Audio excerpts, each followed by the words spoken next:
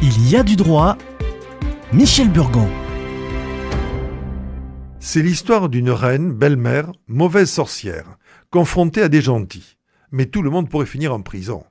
La belle-mère, mais aussi le bon chasseur, le prince, les 7 nains et même la très Blanche-Neige. La belle-mère, préoccupée par son apparence physique, source de sa puissance, décide de mettre fin à la vie de Blanche-Neige lorsque le miroir magique lui révèle que sa belle-fille est la plus belle du royaume. Elle fait appel à son chasseur le plus loyal, lui ordonne d'amener Blanche-Neige dans la forêt et de la tuer. Sans aucun doute, un acte préparatoire criminel, un contrat pour commettre un meurtre.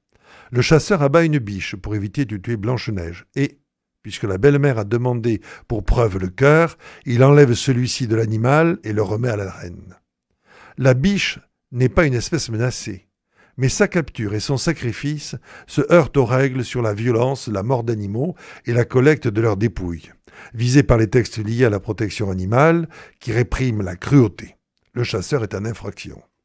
Blanche-Neige s'enfuit, errant à travers la forêt jusqu'à ce qu'elle repère une petite cabane, certainement construite sans permis. Elle y entre et s'endort. C'est une intrusion, et punissable quiconque entre dans une maison sans le consentement de ses habitants. Ici, les 7 nains.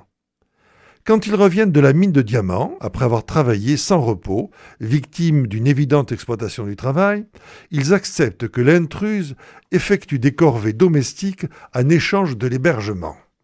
Selon toutes les indications, Blanche-Neige n'a pas l'âge de travailler. Ainsi, nous sommes confrontés à une autre infraction à la législation du travail. Malgré les recommandations des nains sur les précautions à observer face aux étrangers, proches de la ségrégation, Blanche-Neige ouvre la porte à une vieille femme et accepte de prendre une pomme qui s'avère empoisonnée, ce qui cause son coma mortel. La belle-mère distribue un produit alimentaire impropre à la consommation et viole les règles de la distribution alimentaire. Les nains, au lieu de procéder à l'inhumation, décident de mettre le corps de Blanche-Neige dans un cercueil de verre, au mépris des prescriptions administratives, et organisent une sépulture illégale. Mais le délire criminel ne se termine pas ici, car le jeune prince embrasse la belle princesse sur les lèvres, alors qu'elle est inconsciente, et donc sans son autorisation.